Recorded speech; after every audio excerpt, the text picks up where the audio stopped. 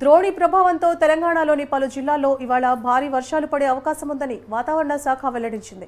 రాష్ట్రంలోని రంగారెడ్డి, మెదక్, హైదరాబాద్, సంగారెడ్డి, కరీంనగర్, రాజన్న సిరిసిల్ల, ఆసిఫాబాద్, మంచిర్యాల, భూపాలపల్లి, ములుగు, భద్రాద్రి, వరంగల్, హన్మకొండ, నాగర్ కర్నూలు జిల్లాల్లో భారీ వర్షాలు పడే ఛాన్స్ ఉందని తెలిపింది. మరికొన్ని ప్రాంతాల్లో ఓ మోస్తరు వర్షాలు పడొచ్చని అంచనా వేసింది. ప్రజలు అప్రమత్తంగా ఉండాలంటూ సూచించింది.